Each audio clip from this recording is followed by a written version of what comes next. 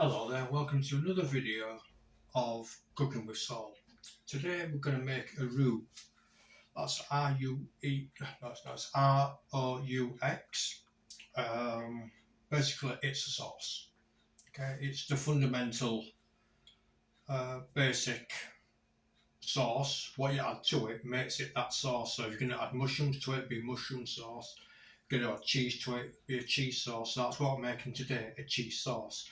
And we're doing this because we're going to have cauliflower cheese today. But I'm just going to show you how to make the sauce. So let me just move my camera. There we go. So we've got the cheese, we've got the butter, milk is in the microwave. Let's get that on. That's on. So first thing we need to do is obviously light up the gas. The more butter you put in the pan, the more sauce you're going to make. As for this, because it's empty, always keep it. The reason why, because if you're ever making cakes, I don't like that, you can line your tin with the butter casing you've got there. So just picked up my plain flour. So I'm just waiting for the butter to melt. Okay. What you need to do is get this nice and hot. Unfortunately, butter does take a little while. And what you need to do is get the butter fully melted.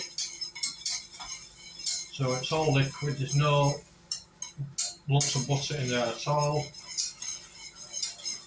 And the secret is that once it's fully melted, you take it off the heat. Make sure the butter isn't bubbling before you put the flour in. The reason why that is because you're going to be cooking the flour too early. And you don't want that because you'll end up burning the flour. So that's nearly done.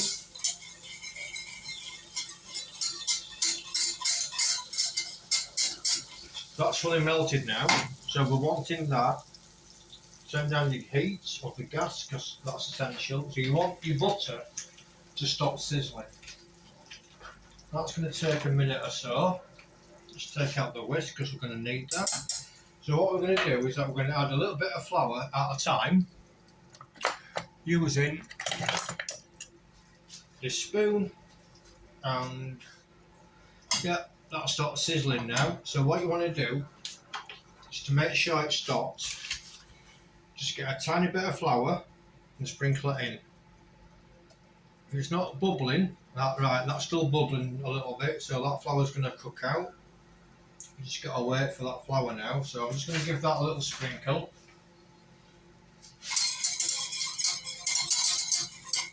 I'll just wait for that to fully start sizzling. It's really essential the butter cools down. That's really essential for making a good roux. Right, I think we're alright now. Right, just take my whisk back out.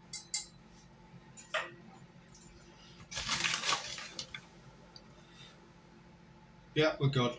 So sprinkle it in. You don't need to sieve it. That's not essential.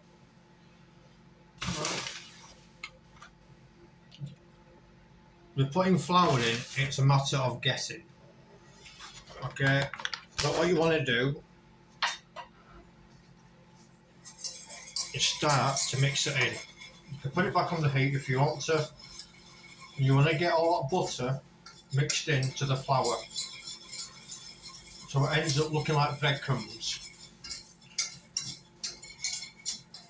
You have to really get it into the edges of your pan where it's circular. There's no square edges, so it's hard to. Right, so just get that milk out.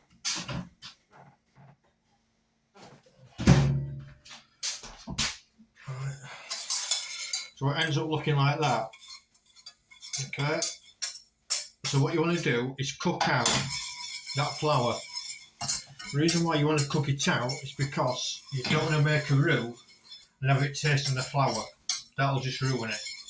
You completely ruin the whole sauce. So it's essential you cook out the flour, and that's trial and error, I'm afraid. It's just knowing when you've done it. Now, as you can see, I've used hot milk. Don't use cold milk, okay, because you need to get that consistency straight away. The cold milk won't do it for you. You need to use hot milk. And just put in a small amount at a time and whisk in straight away. Now, it will go lumpy, and it's supposed to do that, but it will thicken up straight away as it is doing now. So what you need to do is put some more milk in, like so. You can take it off the heat if you want to, and it will start looking like that. I don't know if you can see that or not. But the more you whisk it, the more you'll thin out the lumps. And that's what you're looking to do, thin out the lumps. Now there's a pint of milk in that jug. And I'm hoping that's enough. So I'll put it back on the heat and it'll start to thicken up again. That's when you can take out the lumps.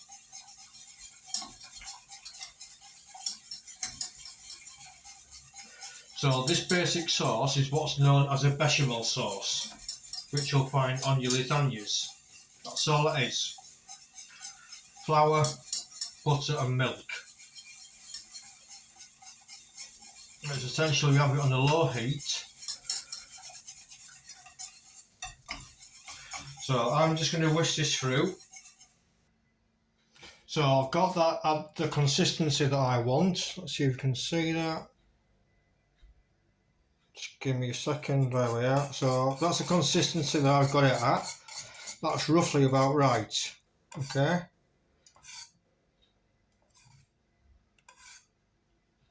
Now, you don't want to make it too thin because we're adding cheese.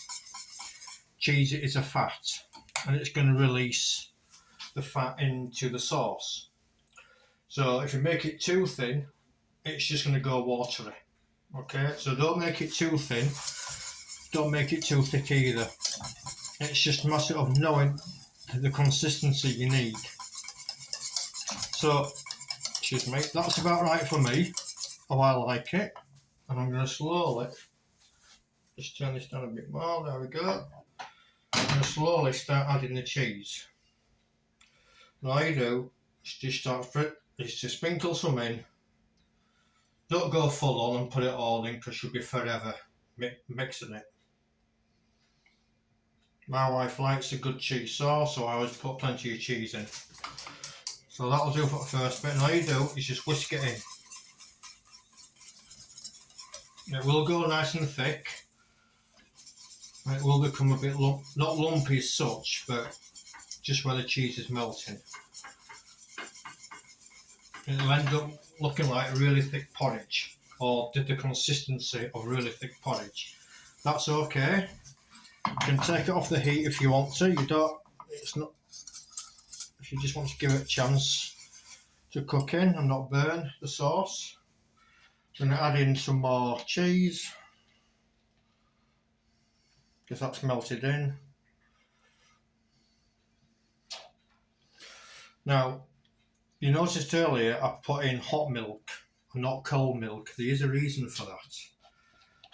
That's because the colder the milk, the longer it's going to take you to thicken up the sauce. So you put in hot milk, like I did, it thickens up almost immediately, and you're not stood there stirring,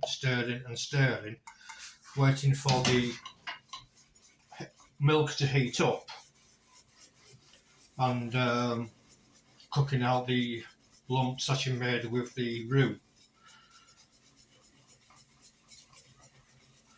So I'll give it a quick rinse round, whisk round. Now my next video, we're going to go Asian to a degree. I'm going to show you how to make and cook with tempura batter. Now if you don't know what tempura batter is, it's a Japanese batter that they use for fish and vegetables. And it's quite easy to make, very easy in fact. You'd be quite amazed just how easy it is. When you see how much better it comes up with rather than using normal batter, let's say you would from a fish and chip shop, they don't use tempura batter, they use a normal batter, or most do anyway. But we're going to use a tempura batter, and you're going to be surprised just how crisp the batter is when it comes out, and it's much easier, and I think it tastes nicer. But we'll talk about that when we do those batters. And what I'm going to do, might do some fish goujons, maybe. I was going to do onion barges, but I decided not to because I need to make this cheese sauce full of cauliflower cheese. So it made more sense to make a cheese sauce. So that's done. Turn that off the heat. So I'll turn the heat off.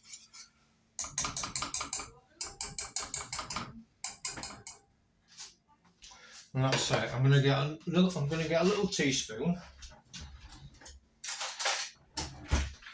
There we go. I'm just gonna show you. Look at that. It's lovely. That's all it is. Let's give it a taste. Just bring up the camera. Let me just.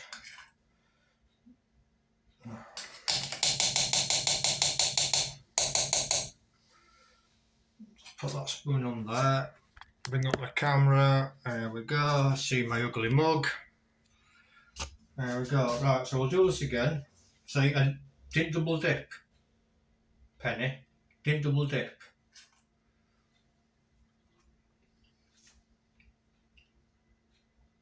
Oh yes. Yes, nearly. Really nice. Very nice indeed. So that's how you make a roux, making it into a cheese sauce. And that's it. Obviously you can't make all sauces this way, like a hollandaise, you can't do it this way. But making a roux is the essential part of making a bechamel sauce. If that were just white, it would be a bechamel sauce, which is perfect for a lasagna. What you put into that once you've made your bechamel, like I've just put cheese in that, so it's become a cheese sauce. You put mushrooms in it, it becomes a mushroom sauce, etc., etc., etc. And that's it. Flour, butter, hot milk. That's all that is to make a cheese sauce, or a bechamel sauce, making it into a cheese sauce. Thank you for watching. This is probably going to be one of the quickest videos I've ever made because I've used an additional tool. Clever me.